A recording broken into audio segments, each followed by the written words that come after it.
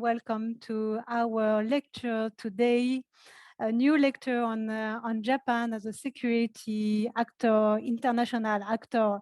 And for this session, we will focus especially on the partnership, the relations between Japan and NATO. And this is not so well known, actually. I think it's quite a precise topic. But if you look actually at what's going on, and actually what's going on during the mandate of the Prime Minister Shinzo Abe, you can see that the relations between Japan and NATO have grown tremendously. So now, as you know, NATO is reviewing its strategy for the decades to come. You have these ongoing reflections going on. And I think in this perspective, especially because so NATO is looking more and more at Asia's, Asia's developments, what China is doing, not only in the Indo-Pacific, but also outside of the region. Because of all that, it is very interesting, very significant to look at, the partnership between Japan and NATO, its motivation, the objective, what is already ongoing in the relation, and what we can expect for the future development. Today I'm very, very happy to have two excellent speakers with us to look at that, to decipher the Japan-NATO partnership. Especially we have Michito Tsuruoka, which is the great expert on Japan-NATO, Japan-EU security relations. He is associate professor at Keio University, and he will deliver the main lecture for this session. Additionally, we have Mrs. Caroline Cliff from the NATO, so she will deliver a practitioner perspective. So it's really complementary vision.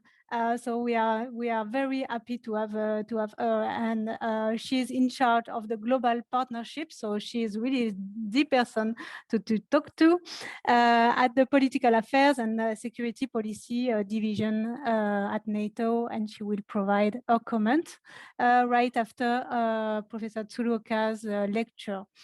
Professor Tsuruoka will talk for about 45 minutes, and then comments will be for 15 minutes or so, and then I will open the floor for the Q&A. So please, you can start thinking about any question that you might have on this Japan-NATO relations, and please type your question in the Q&A box of your Zoom windows, and I will gather the question and I will address them directly to the speaker. So without further ado, I would like to give the floor to Michito Tsuruoka for his lecture on Japan-NATO. Very much looking forward to it. Michito, the floor is yours.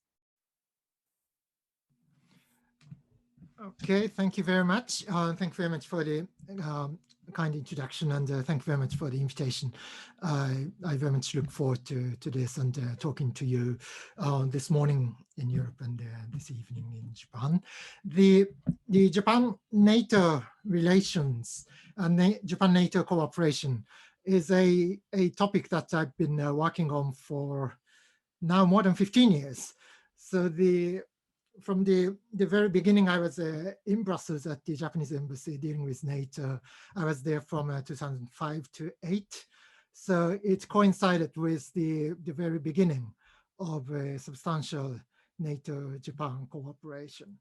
So I still remember that the prime foreign minister Aso came to NATO for the first time as Japanese foreign minister, and he addressed to the NAC, the North Atlantic Council, for the first time as a Japanese minister. And then half a year later, Prime Minister Abe visit NATO for the first time as a Japanese prime minister. It was in January 2007. So I was there, and I was helping this relationship. And since then, I keep working on NATO-Japan relations. So now I'm from a researcher's perspective, I'm still very much interested in this relationship. And this is a relationship which has been changing a lot, and it has evolved a lot, and it has developed quite a lot. So I still remember that when I arrived in Brussels at the Japanese embassy, my predecessor said to me that you don't need to worry about this. You don't have many things to do. So it's just your job is just to make some appointments whenever there are visitors from Tokyo, but it's just a few times a year, and that's it. That was what I was told by my predecessor. But in the end, my life is quite different from what I heard from my predecessor. So it was a super interesting and super quite busy actually, and 3 years I very much enjoyed it. Okay, and that sort of passion still continues. And this is a outline that I'm going to talk about today. So starting with a growing connectivity, that's an overall sort of a context within which you can find NATO-Japan relations. So it is about connectivity between the two regions, Asia and Europe, and also the evolution of Japan's security and defense posture. And this has made Japan's cooperation with NATO possible. But at the same time, and vice versa as well, the NATO itself has also changed quite a lot, and that made NATO's cooperation with Japan possible as well. And then and finally, I'm going to look at the more details and the substance of a NATO-Japan cooperation today. Starting with the connectivity between the two regions, Asia and Europe, one of the things that I always emphasize is that the security landscape in Europe has become very much like Asia, so which means that the two regions face similar set of challenges, security challenges, threats and challenges. And one is a change of status quo by force. And so Europeans are quite familiar what's been taking place in vis-a-vis Russia and in Ukraine, and also the Asians are quite familiar with what's been taking place in South China Sea, or attempt to change the status quo by force or coercion in the East China Sea as well. So there are a lot of things taking place, and hybrid warfare and gray zone contingencies, and this is I'm quite sure that something that the Europeans are quite familiar with now, and Asians also they have been talking about this for some time. And A2AD, the anti-access area denial, this is about preventing your adversaries from getting involved in regional conflicts. So in a context of, for example, between the US and China, we say that the China's efforts is to improve A2AD capability, so that the Chinese could prevent Americans from intervening. So this is essentially about anti-ship missiles, or anti-air missiles, and air defense missiles. So these capabilities make adversaries make things more difficult for adversaries to come in to the theater. And also the nuclear dynamics is also something that we have to think about. In Asia, we've been very much talking about North Korean nuclear issues, and in Europe, of course, and particularly since the Ukraine crisis, that Russians have been quite vocal in in talking about nuclear issues as a way to intimidate or coerce other countries. So these are just a few examples of common agendas that Asians and Europeans have. So what this shows is that the growing connectivity between the two regions. So this is very much at the basis of our conversation about NATO-Japan and Europe-Japan security relations and cooperation. So what this means is that what happens in Asia affects Europe and vice versa. So it used to be that this connectivity was very much perceived of a economic connectivity. So the economic interdependence and economic connectedness. But now what we are seeing is a more and more security and political aspect of this. So what happens in Europe, what happens in Asia affects not only Europe's prosperity and economic fortune, but also the security as well. So and this is I think a consistent trend. So whether Europeans like this or not, the Europeans cannot be indifferent to Asia. That's the reality.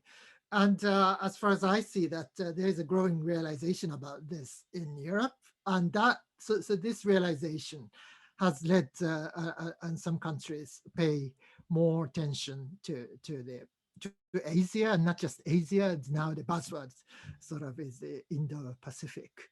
So over the past several months, we have seen a growing number of European countries coming up with a Indo-Pacific strategy or Indo-Pacific policy guidelines, and also the Indo-Pacific elements in a broader national security strategy type of document.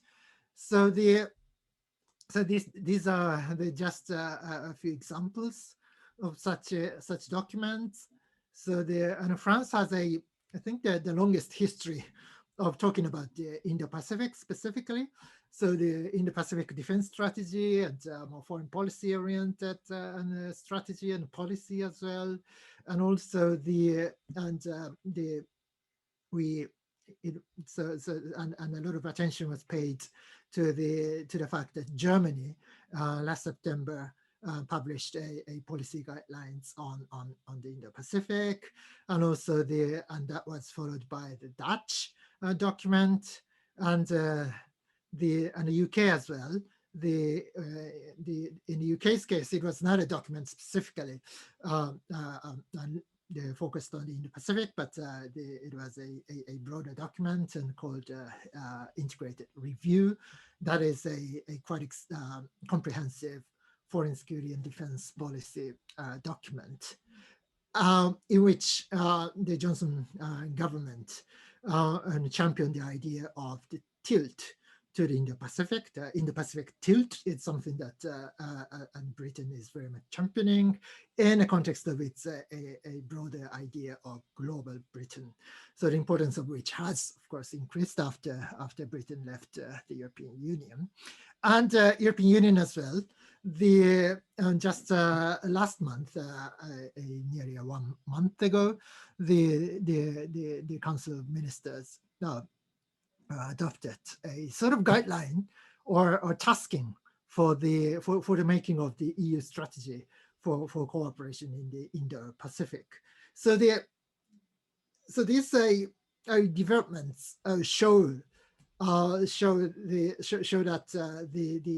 the European countries, including the EU itself, have been very much increasing their engagement and their interest in the Indo-Pacific.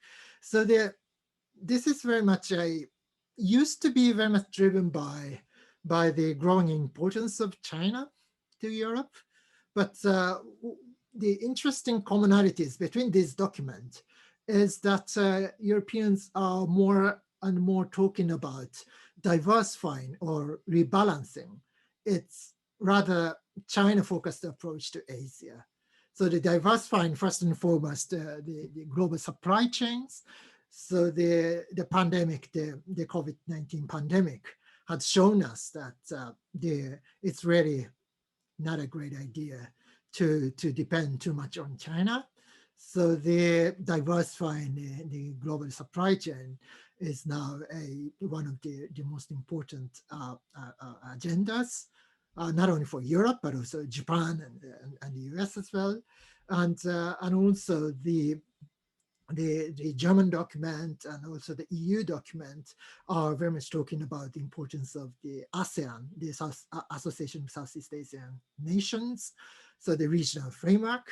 So there used to be a very China-focused approach, and it's now becoming more a comprehensive the approach and the emphasizing the importance of working together with like-minded countries, and first and foremost Japan, and also in India and Australia and ASEAN countries. So this is, I think, a quite something. If you put this in the context of 10 years or 20 years of Europe's relations with Asia. So we are very much a crossroad. And so this is, that's why this is really a perfect timing for us to talk about this topic, including NATO, Japan. And just very, very briefly, the evolution of Japan's security and defense posture is very much a necessary foundation for us to think about the development and strengthening of NATO-Japan cooperation. So what the previous Prime Minister Abe and the current Prime Minister Suga and their governments and have been doing in terms of security and defense is first and foremost the strengthening of the alliance with the United States. So the Abe established a very good working relationship with the Trump administration. Whether Mr. Abe liked Mr. Trump as a person or not, that doesn't matter, because the United States is the only treaty ally for Japan. So whoever sits in the White House, the US president is important, and strengthening the alliance with the US is almost at the very center of Japan's security and defense policy. So the strengthening of the alliance and this agenda, of course, continues.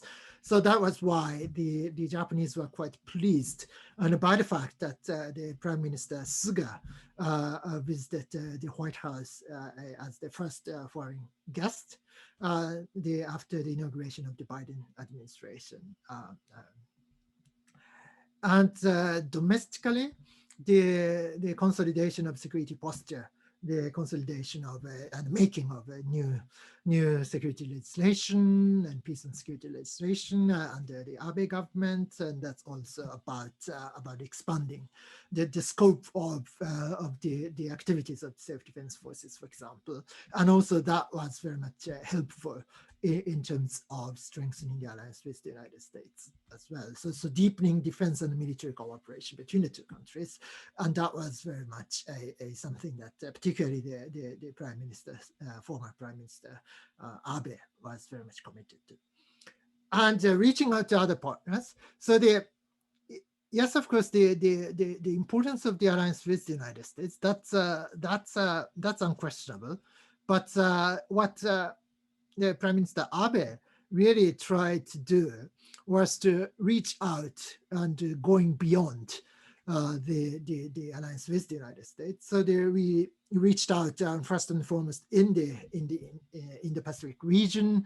So the most notably Australia and India, but at the same time beyond the region. And in this context, the Europe and NATO, and of course the EU as well, were very much a part of this story. So I fully believe that the Prime Minister Abe was really serious and committed to strengthen security cooperation and strategic partnerships with individual European countries and EU and NATO. And so this, to be quite honest, I'm not still quite sure how committed the current government and the Prime Minister Suga is to this agenda, the strategic cooperation, strategic partnerships with Europe. But the structure and context, I think, is still there. So the need for Japan to work more with Europeans is still increasing.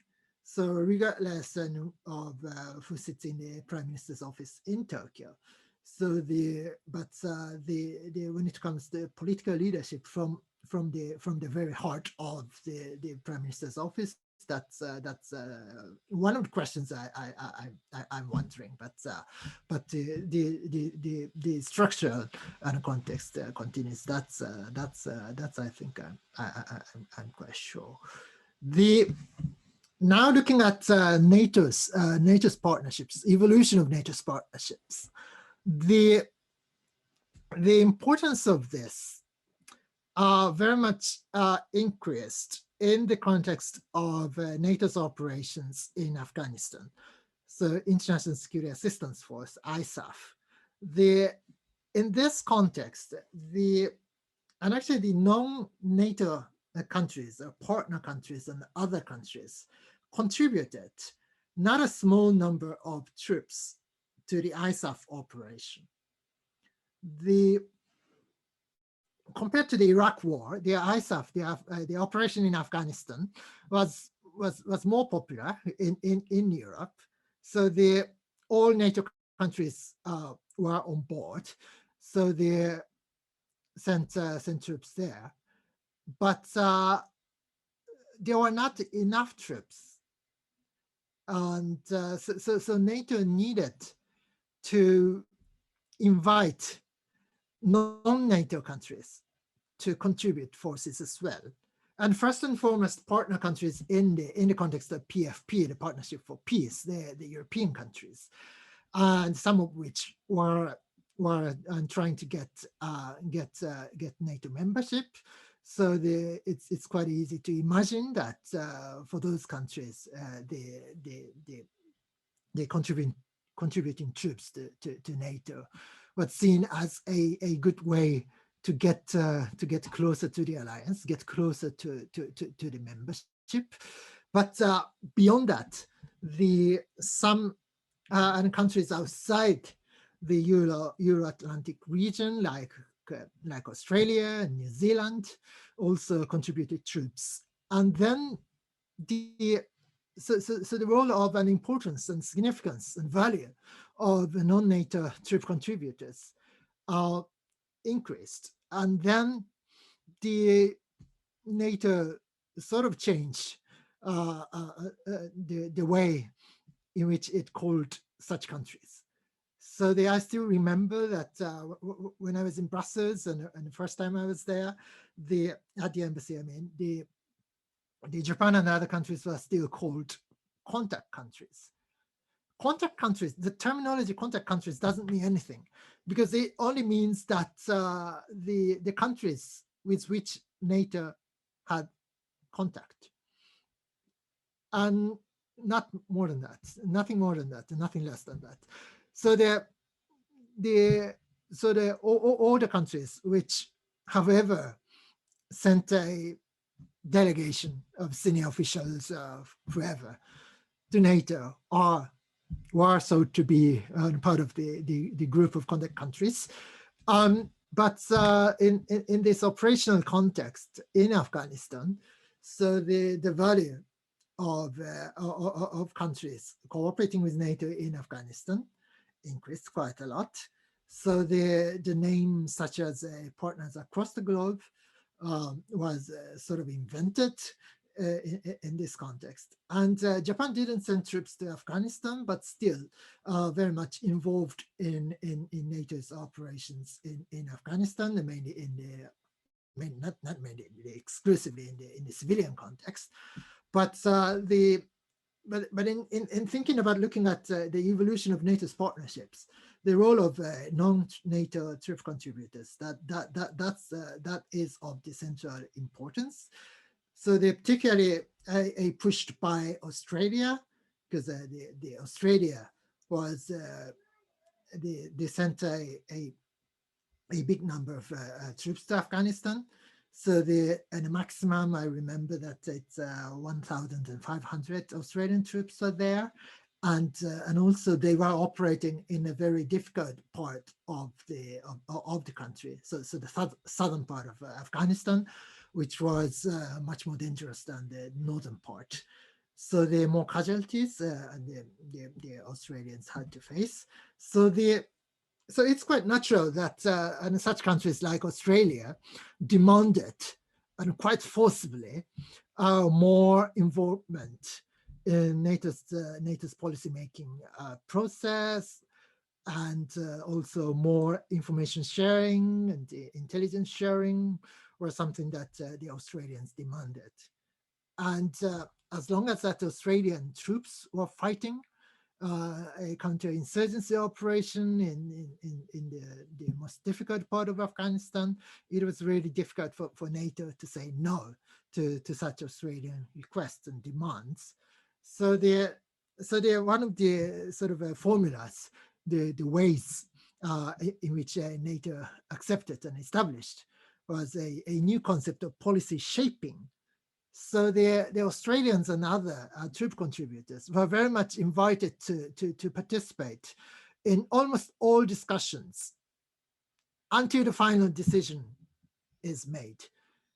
So all the process of policy shaping, the Australians and other partners were there.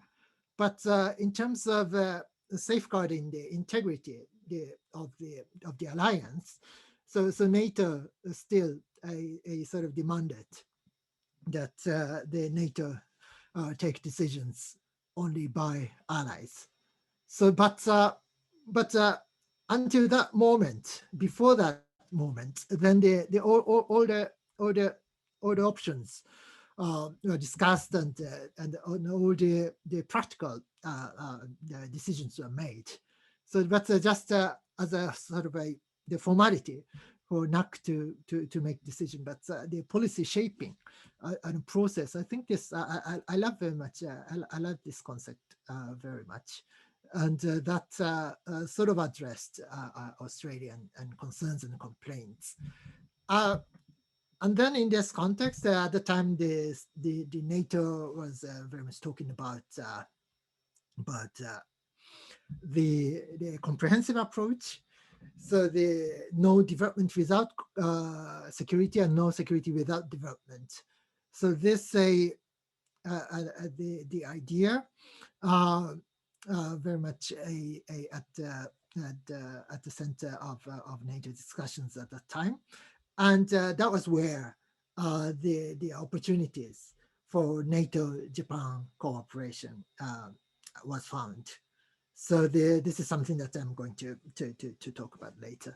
But the given fact that NATO's partnerships are very much developed in the context of Afghanistan, in the context of operational cooperation in Afghanistan, the end of the ISAF operation, that presented a sort of challenge for NATO's partnerships.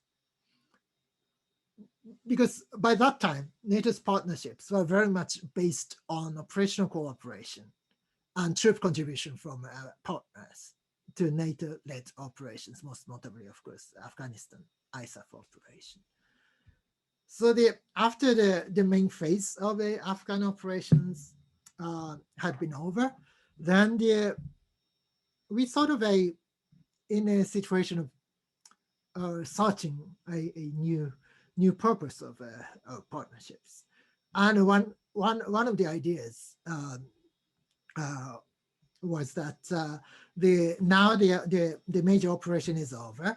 So partnerships are for training and interoperability, because the Afghan type of operation may not be the last one. So we need to be prepared for future operations, and for that purpose, we need to keep training together for the purpose of enhancing, or at least maintaining, the achieved level of interoperability. I mean, achieved in the context of Afghanistan. So because the maintaining the level of interoperability without fighting together, without operating together, is not a quite easy thing. So at the time, the people's idea was that we need to keep training together so that we can maintain at least the level of interoperability needed for future operations. But this is easy to say, but much more difficult to actually do, because the joint training between your neighbors, it's easy, but the live joint training between NATO countries and Australia, for example, it's not quite easy, particularly when it comes to armies and ground forces. It's quite difficult, and it's quite expensive, and it's difficult because it's mainly expensive. And so this idea, it's still there. So the interoperability platform and the other frameworks are established, but as far as I understand, that this is, I wouldn't say it's over, but this is a bit difficult, and more difficult than we first anticipated.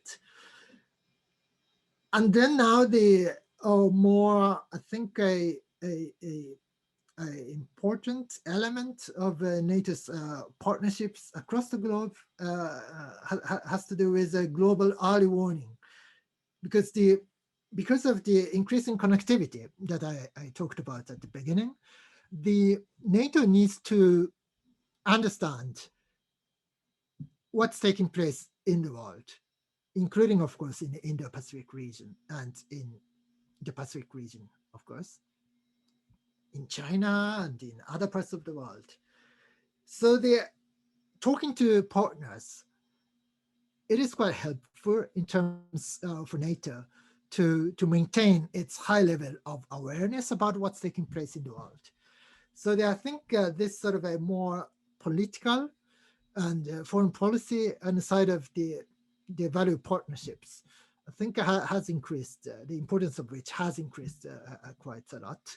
And compared to live exercises between countries, geographically distant, between geographically distant countries, I think this a global early warning and type of element, I think is, I wouldn't say easy, but this is quite, I think, a practical, more realistic an approach when it comes to thinking about the direction of partnerships after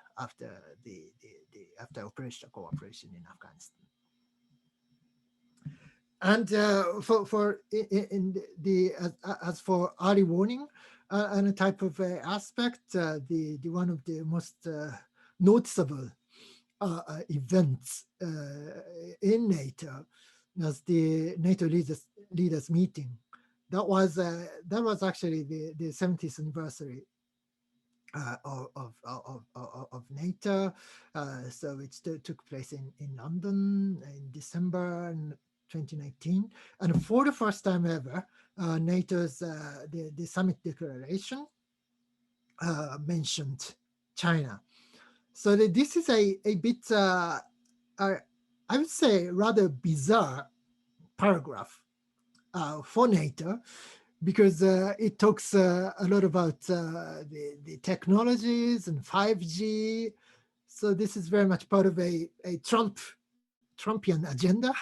So at the end of this paragraph, so it says that we recognize that China's growing influence and international policies present both opportunities and challenges that we need to address together as an alliance.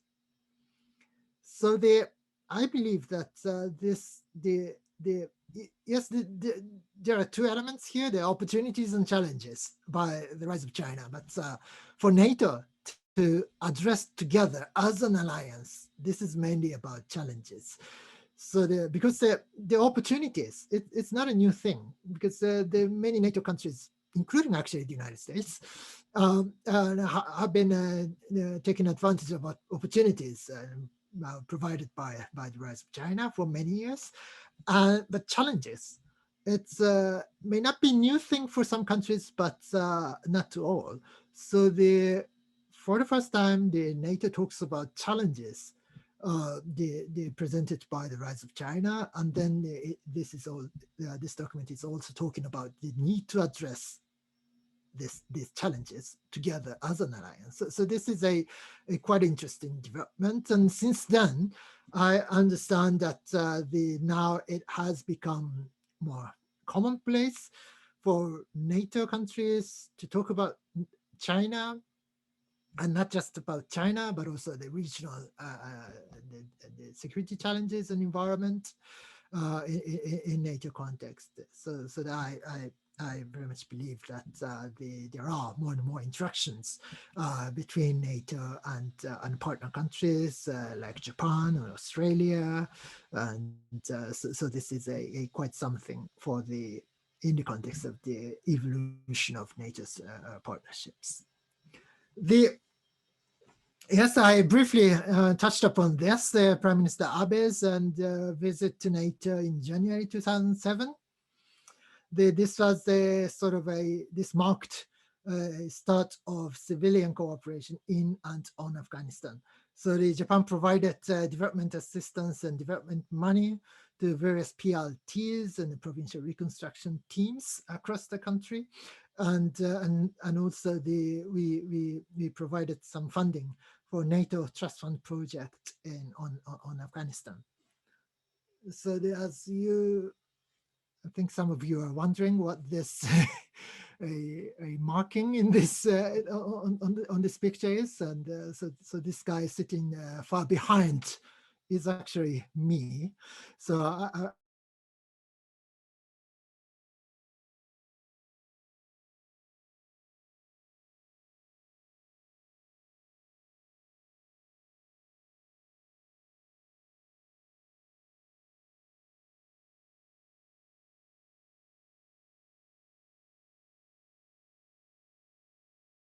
situated in the context of a broader defense and deterrence posture of Japan and the US-Japan alliance.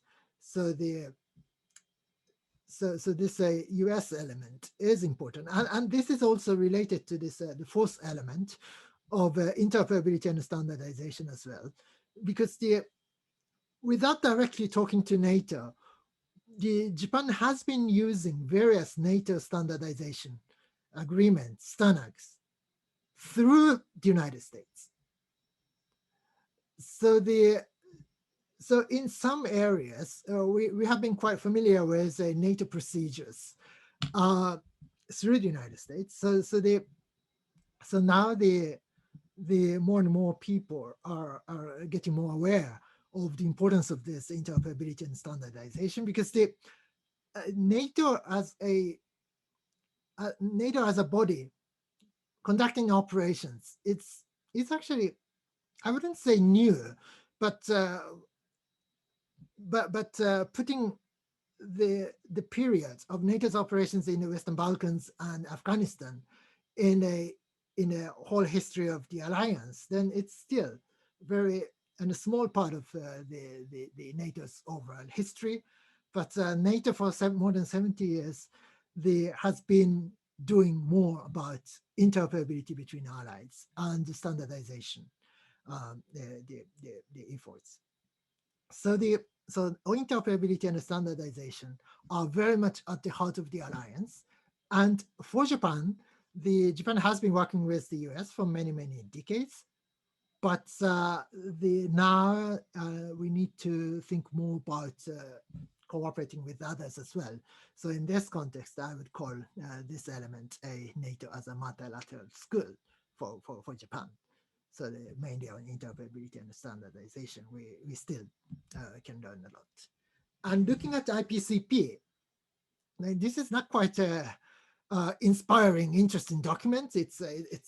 I'm very sorry to say so, but this is a sort of standard, a bureaucratic government document listing various items.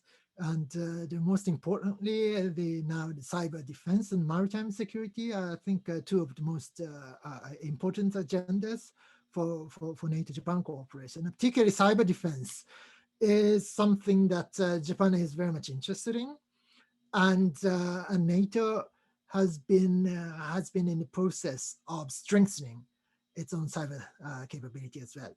So we have common interest in strengthening cooperation in this regard. But at the same time, humanitarian assistance, disaster relief, HADR, disarmament, defense, science, technology, women, peace and security, and public diplomacy, and these are the items that are listed in the document. And also the personnel at the personnel level as well. The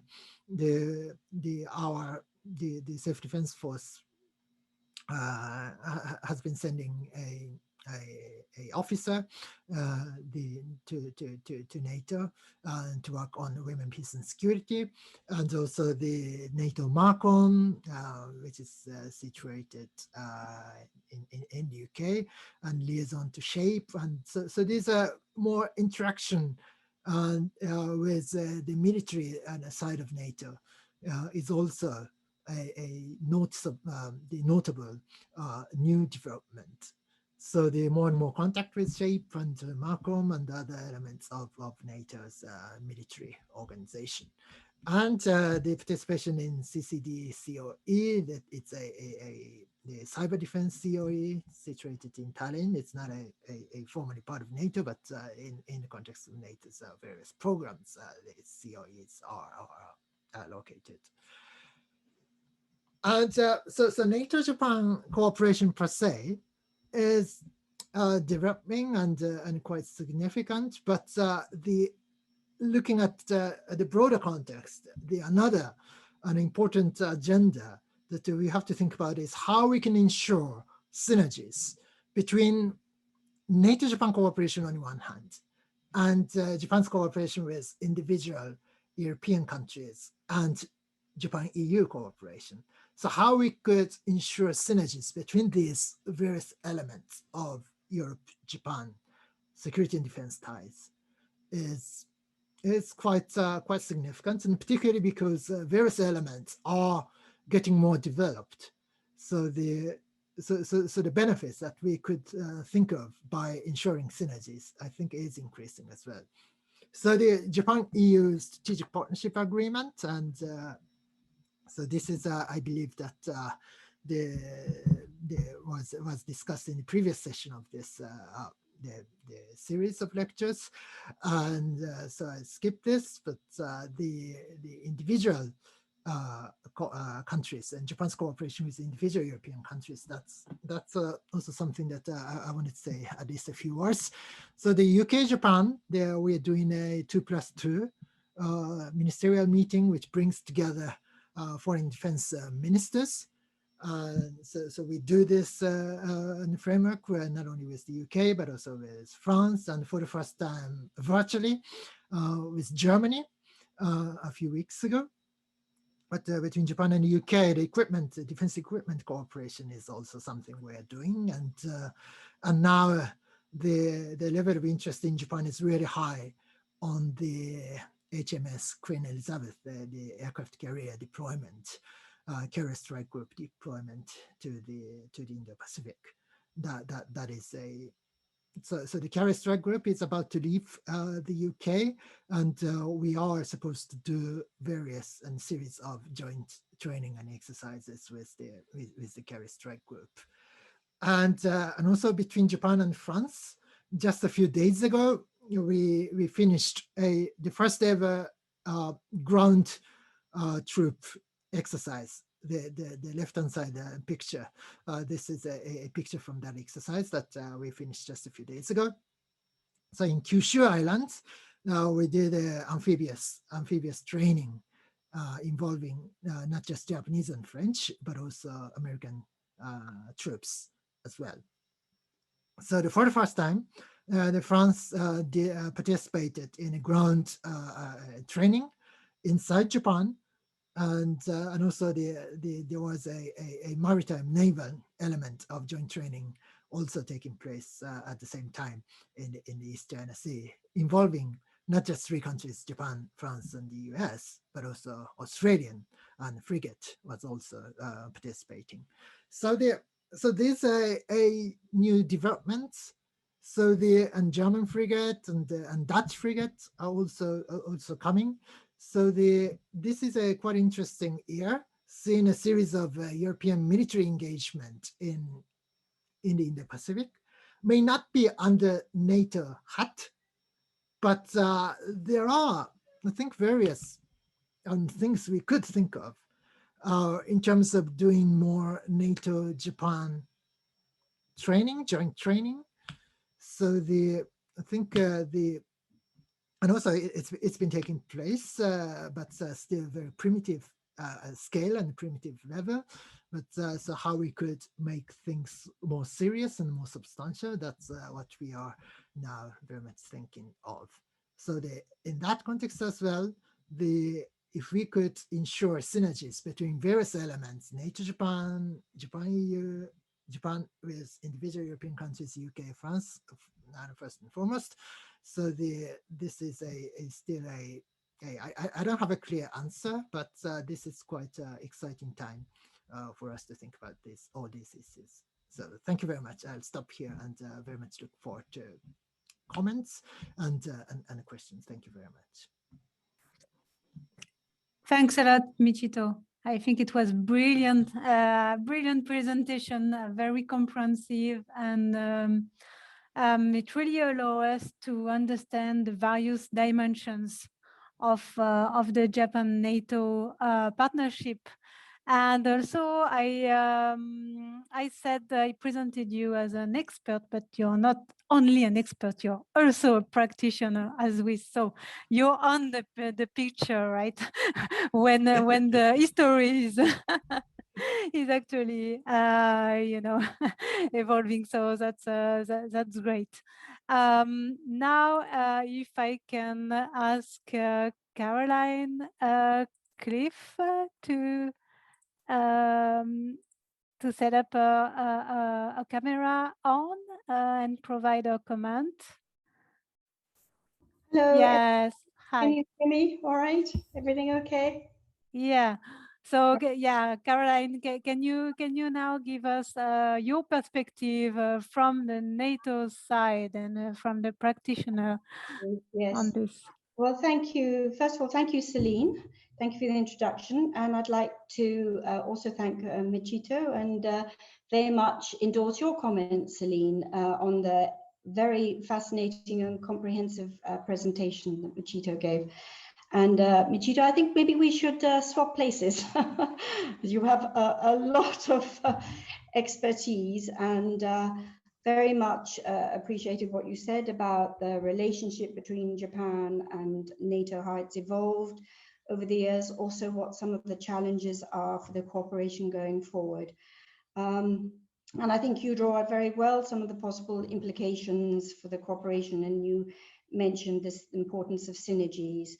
I'll maybe mention one or two things you said, Michito, and then I will go into a little bit more what I see from a NATO perspective of the partnership with Japan. I'll give a few examples of where Japan has shared its knowledge and expertise, say a little bit about what we're doing on partnerships a little bit more generally, and then a brief look ahead to the summit, because as I think many of you will be aware, we have a summit on the 14th of June. So Michito, I like the fact you mentioned that the relationship has evolved. Very much agree with you on that. I was not surprised when you talked about the IPCP being a not very inspiring document. I'll come on to that a little bit more because there are some developments in that area. But I would definitely say that we are at NATO, we're very much looking more to have a more strategic approach with our partners, and that the relationship is becoming more dynamic and more interactive. And you know, at the beginning, I think it was, and you recall you said it perhaps in an earlier article or presentation that it started off being very demand driven, and I think that is changing. I also very much support your remark about what happens in Asia affects Europe and vice versa. That's really very spot on. I think it's a view that NATO shares. NATO has in fact been addressing that for a while, not least in its work on NATO 2030. And I don't know if all the audience are aware of NATO 2030, but this is an initiative that really started after the leaders meeting in London in 2019. And the aim was to, is to strengthen the alliance, make it fit for purpose in the years ahead. And there was a reflections group, Céline, you mentioned that at the outset, group of experts that provided an input. And allies were consulted as well, and partners. Japan contributed to the NATO 2030 exercise, gave some thoughts. And now allies are intensively discussing this initiative, and it will form part of the upcoming summit. But so this is very relevant what you said, and I'll just mention also what the Secretary General of NATO said in a recent speech, which is, although the Asia-Pacific region is geographically very far from NATO headquarters in Brussels, we are also affected by what happens there. We have close partners in the region with whom we share security interests. Our security is aligned with their security. So I think that's very much on the same page as what you said, Michito.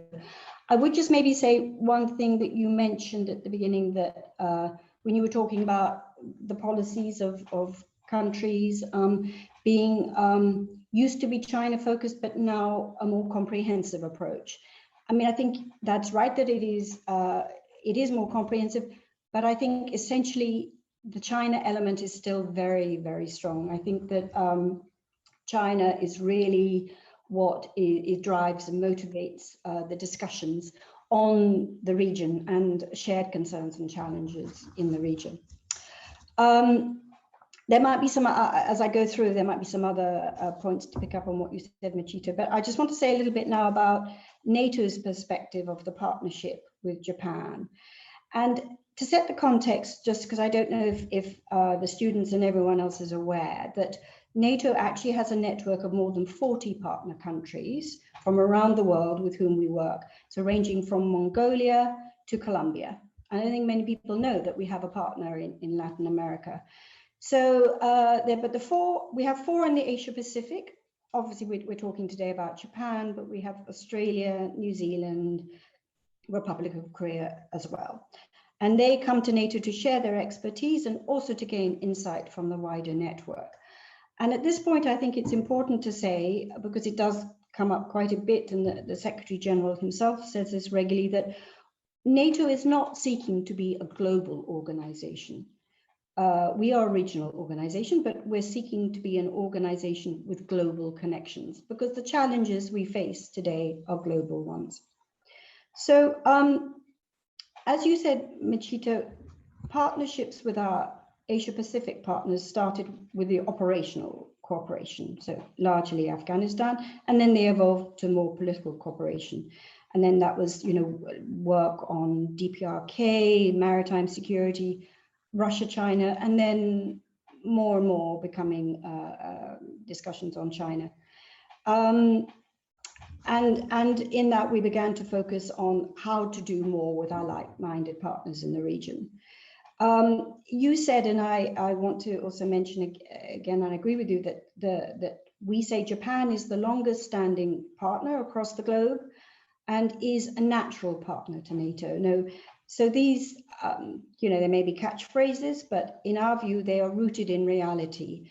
And in practice, we consider that in relationship with Japan, there is a sense of certainty, of confidence, and of sustainability going ahead. So together with Australia, Japan is one of NATO's most active global partners. As Michito mentioned, the partnership at the moment is through the framework for the partnership is this, what's called the IPCP, the Individual Partnership and Cooperation Program. That was approved in June 2020. It runs for 2 years. But I'll mention our thinking on partnerships more generally and the new framework in a minute. So the building blocks of the partnership are the sustained political dialogue since the 1990s. This is really instrumental in fostering mutual understanding of our ways of working, strategic culture, and respective priorities. Then in theatre cooperation, and this is interesting despite constitutional limitations. We talked a lot about Afghanistan, but there was also the Balkans in the 1990s and counter-piracy work as well. But all this means is that there's a strategic depth in the partnership. Then progressive development of concrete cooperation projects. This has been embedded in the cooperation program since 2014 and is the backbone of the partnership, and it helps identify the joint priorities. And then a clear shared strategic vision built on the intense high-level interaction, reciprocal visits, and rooting the partnership in concrete cooperation, including through the liaison arrangements such as the voluntary national contribution, in mentioning in SHAPE and Markham, and involvement in the CCD Centre of Excellence. And Michito, you've mentioned some of those things, so I won't go into more detail on that. You also talked about challenges, and I'd like to mention a few from the NATO perspective, which are more personal observations. I think for both Japan and NATO, there is a challenge to identify what is the added value of the multilateral track versus the bilateral. And you mentioned Japan has excellent bilateral relations with the US and many European countries. And we feel that the multilateral can only be sustainable if it is complementary and mutually reinforcing. And it means also that, it's important that Japan prioritizes when it looks at the engagement track with NATO. But I think when one's talking about the value of the multilateral track, and Michito, I don't think you mentioned this unless I misheard, but I think it's worth mentioning Japan's, I think if you do the abbreviation, it's the FOIP vision, or the Free and Open Indo-Pacific vision, which Japan started in 2016. And Japan is very actively promoting this vision. And that's where it's using the multilateral track. It's keen to cooperate with more countries, particularly with NATO allies, to promote it.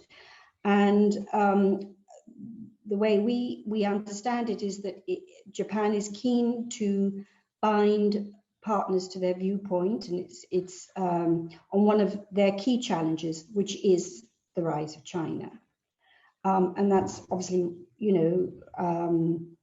very evident when you're talking about that vision, which is free and open Indo-Pacific region. So on challenges, there are some challenges for allies, NATO allies.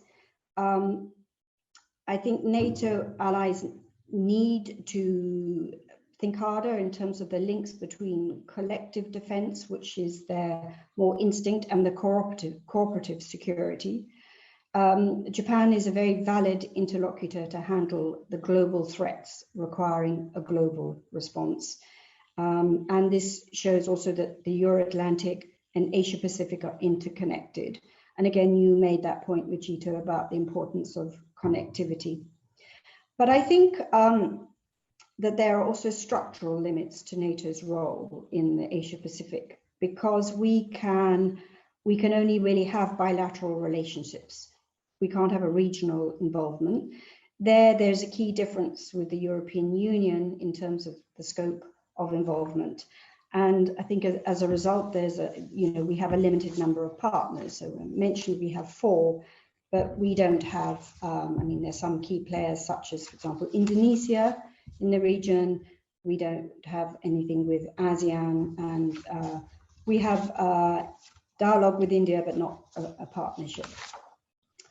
I said I'd mentioned a few sort of concrete examples of how Japan engages with us.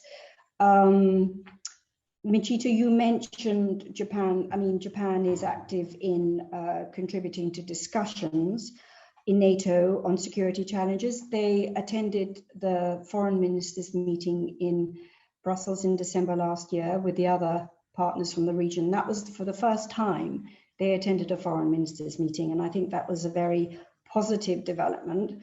It was a very good exchange of views with them, focusing on challenges in the region, but challenges more broadly to the international rules-based order. And a number of ideas resulted from that in areas such as arms control, cyber, emerging and destructive technologies, and resilience. They brief from time to time the North Atlantic Council, the NAC, and they attend the political committee and give the interventions at that. And we have regular high-level staff talks, and throughout the year, ongoing interaction between officials at different levels, between NATO headquarters and with the representatives based here, and also direct in Tokyo. Now, specifically on briefings, so Japan is very eager to share its expertise and knowledge, and that's very much appreciated by allies. So late last year to the North Atlantic Council, they briefed on China's hybrid activities during the COVID-19 pandemic. Earlier this year on China and arms control, non-proliferation and disarmament. In April on China's military power projection capabilities, including nuclear. Next month, they're planning one on resilience to our committee that deals with that, the Civil Emergency Planning Committee, and also one on space. And then aside from those sort of more formal briefings to committees, and they also provide a good number of papers based from the Ministry of Defense or from their intelligence side, largely on China. And this certainly helps us get a better understanding of China from a strategic perspective.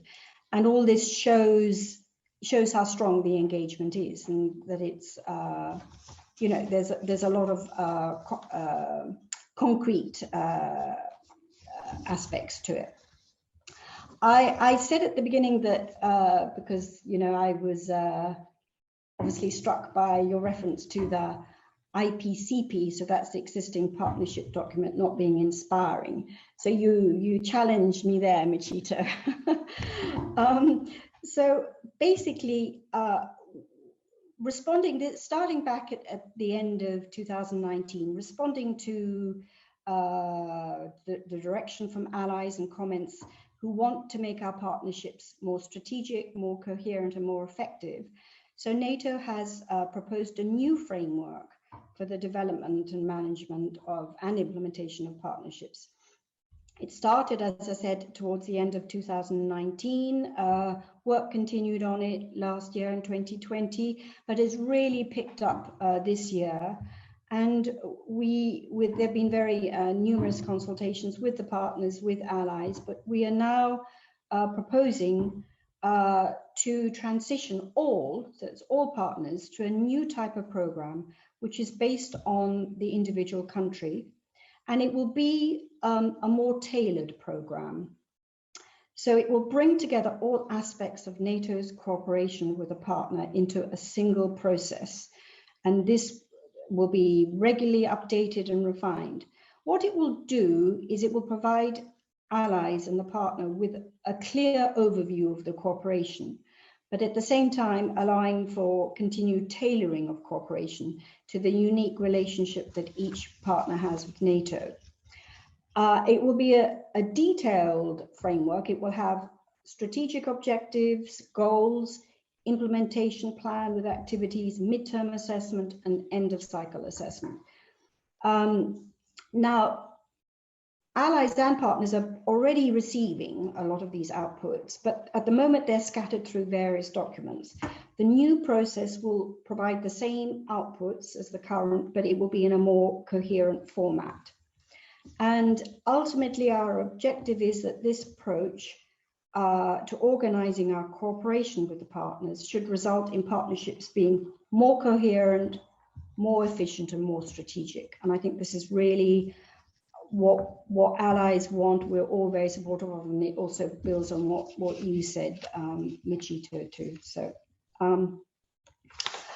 I'd like to just sort of maybe finish with a look ahead, because I said I'd mentioned the summit coming up on the 14th of June.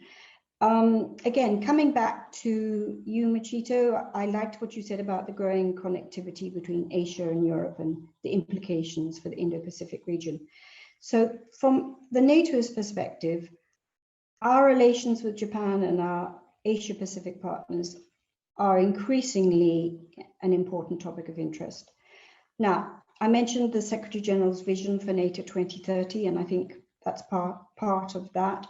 But there is a recognition amongst the allies of the need to work with global partners, with like-minded countries, to defend the international rules-based order, and to work together to also discuss China opportunities and challenges, as you mentioned. And the expert group on NATO 2030, this was the group of eminent people that got together to come up with recommendations. They clearly advocated for closer ties with Asia-Pacific partners. So against this background, it is very likely that the allies will agree a recommendation at the summit to update the NATO strategic concept. And I'm not sure if all the students are aware, but the last strategic concept dates back to 2010. And so a lot has changed in the last 10 years. There was no mention, of course, of China in the strategic concept of 2010. And as you said, Michito, actually, you were absolutely correct to mention that the first mention of China was in the London Leaders' Declaration of 2019. So I think it is, obviously we can't predict what allies will agree, but it is expected that the summit will give a tasking to update the strategic concept, and that it is likely that there will be some language relating to the relationship with China. And there will also, can be expected that there will be language on NATO continuing to strengthen its relationships with its partners in the region, where there's strong support from allies.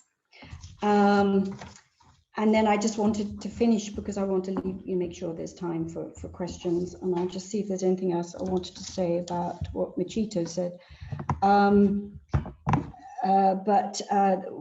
The Secretary General, again, another remark from him, and he's very engaged in sort of discussing and wanting to enhance the relationship with partners in Asia Pacific. He said, NATO's responsibility is the security of allied territory, but we stand in solidarity with the Asia Pacific region. We want to do more with partners there, because the geography of danger has shifted and because more diverse, complex threats require deeper, wider cooperation. And I think then that, what does that mean? Ultimately, we're talking today about Japan and NATO relationship, but I can only see the relationship between NATO and Japan going from strength to strength, against this background. So there might be some things I've forgotten that you said, Michito, but we can come back to that in the question and answer session if necessary. And Céline, I hope I didn't go over my allotted time.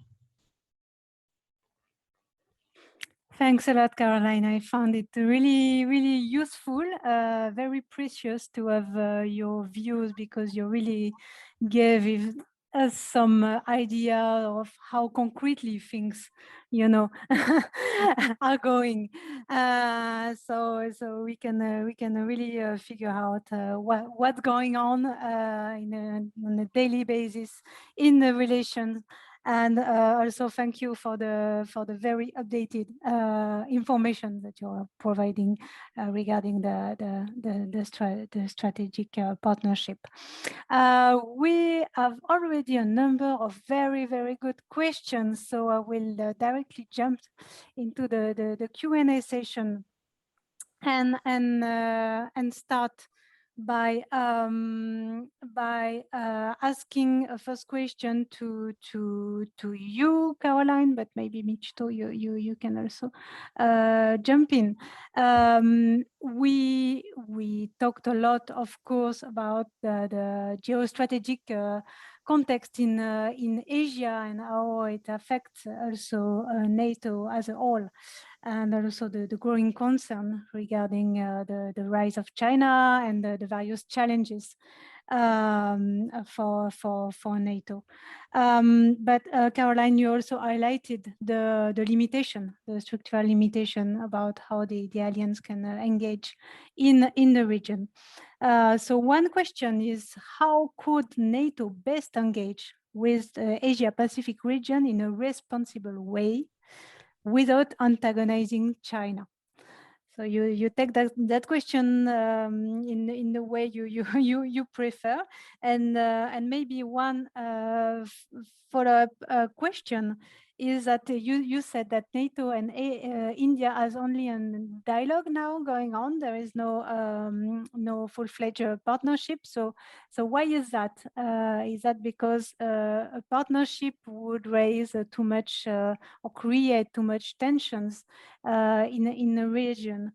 So that would be the first set of questions for you, Caroline, and maybe one bonus question for Michito on this and related to the quadrilateral dialogue between Japan, US, India, and Australia.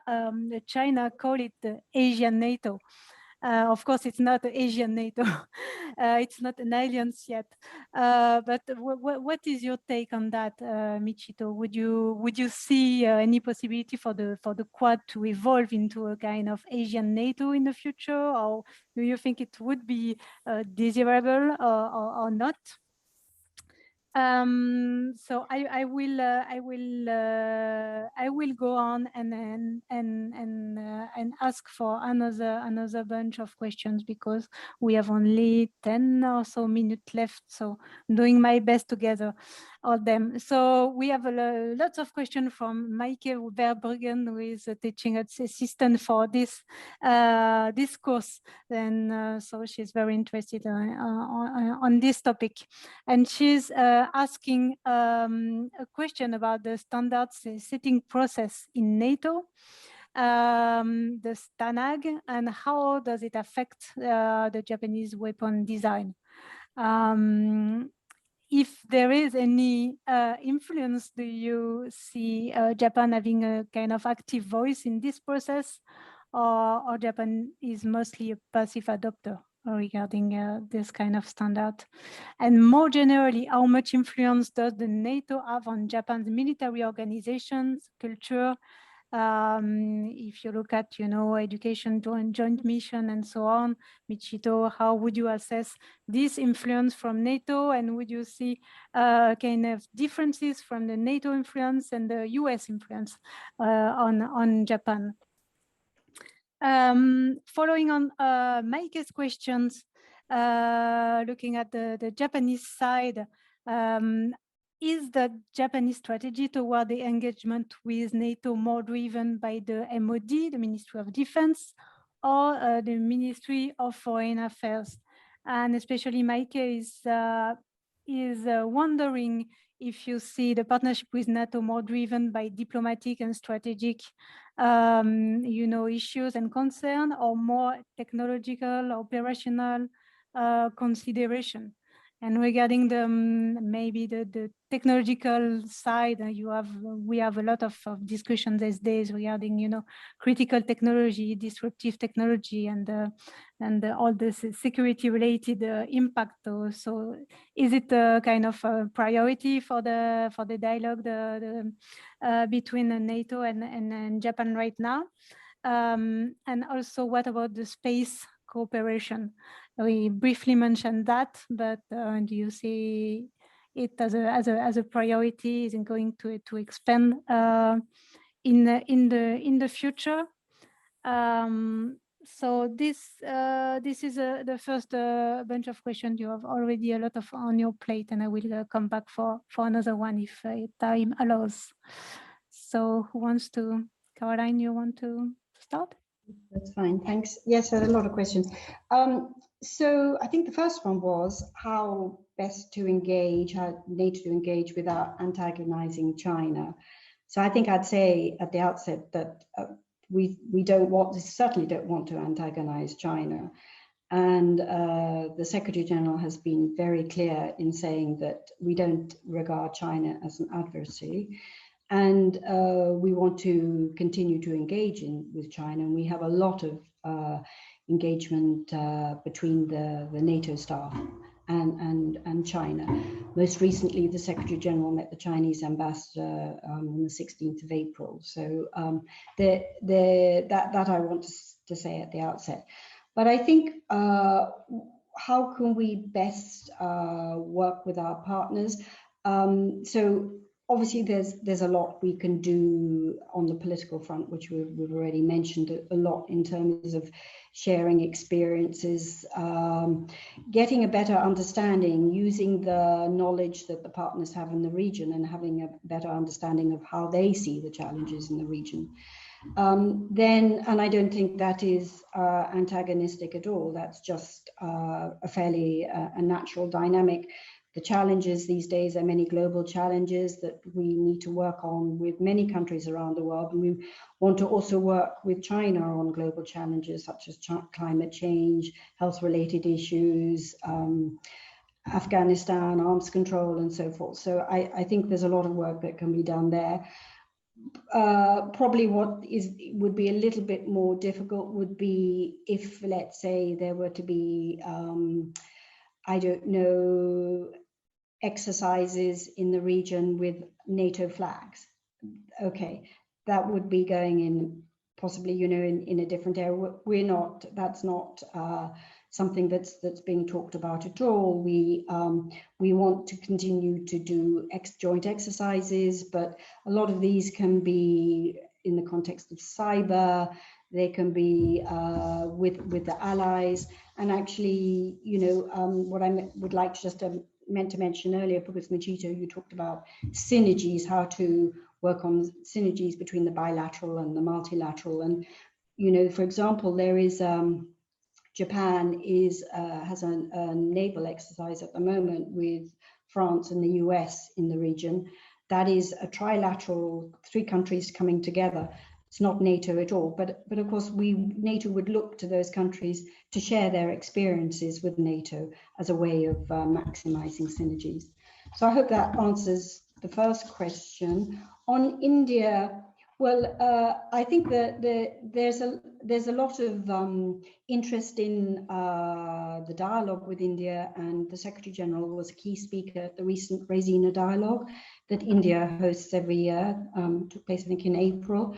And there's a lot of interest in sharing experiences and particularly in their position in the region. But I think when it comes to partnerships, it has to be two-way. There has to be interest on both sides. You know, the country themselves has to be interested in it, and India has had traditionally, you know, been attached to its non-aligned position. So I'm not to say that's not going to change, but I think there has to be a two-way dialogue, and something then, and the allies will have to be on the same page as well with that. So, you know, partnerships, they take time to progress, and it's not to say never, never, but for the moment, you know, we go step by step, I think, in that area. I don't know, Michito, you could reply to how much influence NATO has on Japan militarily. I mean, you know, there are contacts between Japan and NATO on the military side, mill-to-mill contacts.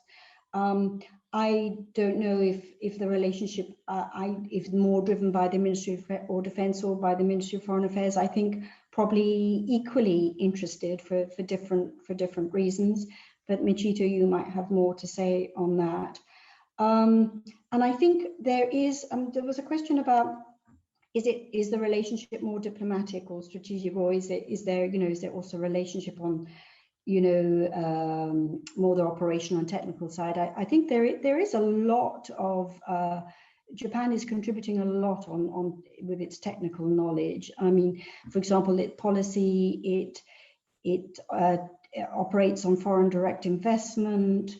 So, the whole issue about screening. I mean, it has a very active program of screening students, for example, students from China in Japan. So, I mean, and it has a lot of knowledge on more the sort of cyber hybrid disinformation, what it's seeing in Japan on that front. So I think it's broader than just the sort of high-level talks, let's put it that way. But I think, Michito, I'll let you pick up on some of the other points. Okay, great. Thank you very much for interesting and challenging sets of questions. And first on the issue of antagonizing China, this very much depends on how you define antagonizing, or also this is about the intention as well, because the NATO or Japan or US, no one intends to antagonize China, and we just do what we think is right. But we cannot control how Chinese would react to what we do.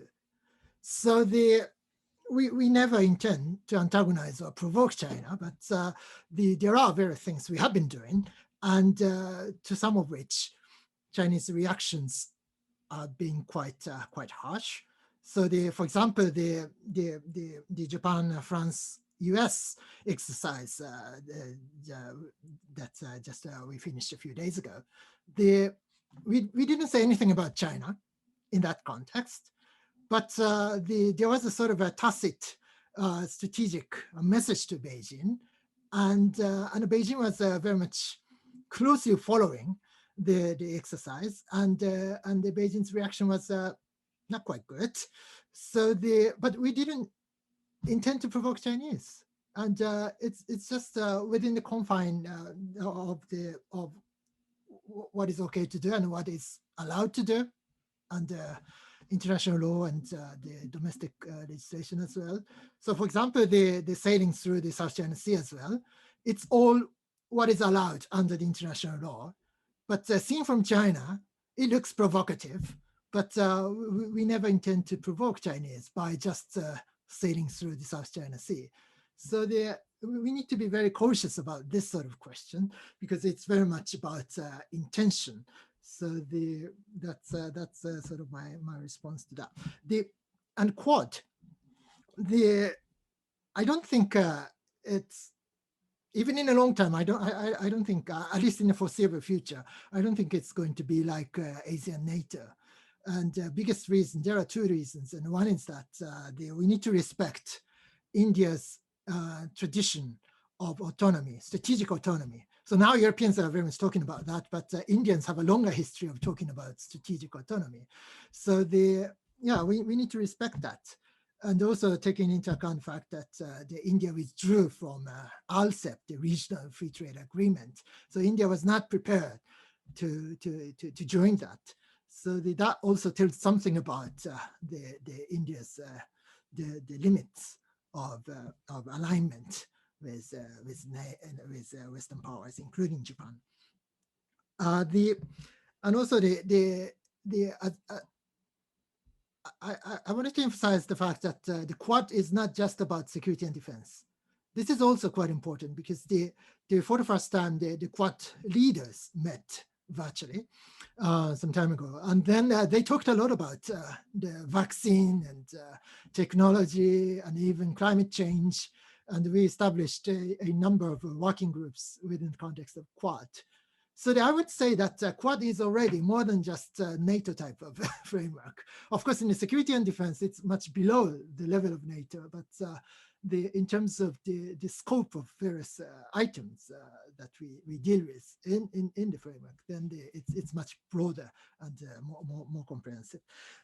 And very quickly on the standardization STANACs, yes, as long as we cooperate with Americans, we cannot be free from NATO STANACs. So that is why our idea is that we are more interested in engaging involved in STANAG's discussions within NATO, rather than just the taking as a given through Americans. So on this point, the Ministry of Defense people are getting more interested in. And also this is very much in the context of Japan's increasing defense equipment cooperation with various European countries, particularly the UK and France. So as long as we develop something with the UK or France, then we need to respect, of course, NATO STANAGs. So this is another reason why Japan needs to pay more attention, and why Japan wants to get involved in this more and more than before. The NATO and the US, yes, they have different ways. So that is why it's quite interesting and beneficial for Japan to know more about how NATO works.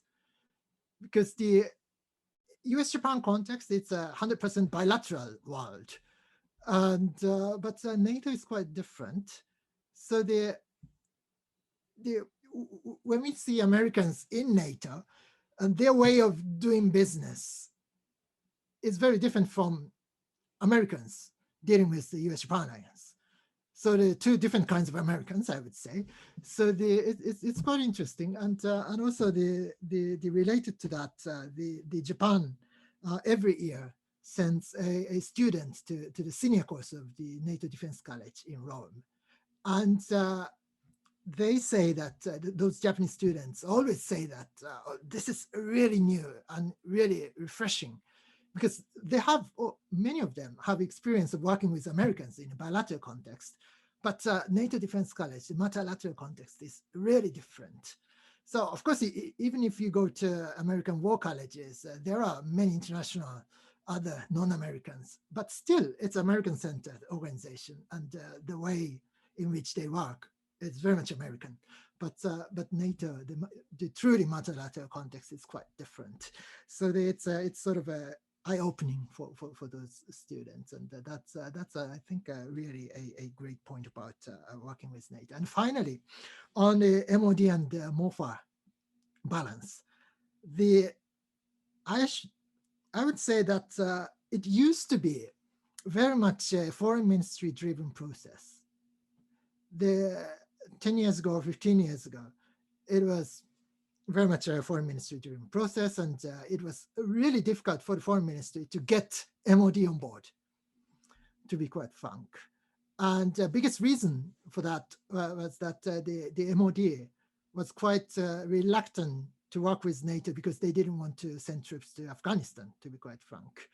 And the foreign ministry, from my point of view, did almost everything what they can do, like a political dialogue, sending foreign minister and prime minister to NATO, and they're participating in NATO trust fund projects. These are the things that foreign ministry can do, and these are the things that we already have been doing.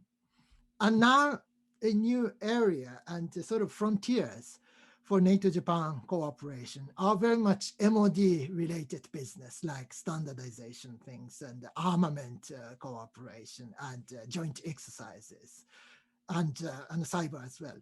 So I think now the balance is become leaning more toward MOD, which means that how serious and how engaged the MOD is going to determine the process and the speed of the development of NATO-Japan cooperation. Yes, and just one more thing, which is about double hatting. Exercises. Yes, the NATO-Japan exercises, as I mentioned, that primitive sort of a small-scale exercises have been taking place. But when we think more of a more substantial operational, particularly naval engagement between the two sides, I think we could make use of opportunities provided by double hatting on the European side. So for example, we did a small scale the joint training with the French aircraft carrier Charles de Gaulle just I think it was 1 or 2 months ago. And the French carrier strike group, that is under national mission, the Clémence 2021 mission. But at the same time, it is also a NATO task force 473 as well. So it's double-hatted from the beginning. So we could, if we want to emphasize a NATO element on what we do together, then we can sell that aspect as well. So of course, it depends on how NATO decides, but there are various such double-hatting. There are various opportunities provided by double-hatting on the European side. So we could think of this more in the coming, I think, years. Thank you. Excellent, Michito. Thanks a lot. Our time is really up now, and I think it's really shown that the discussion has been very good.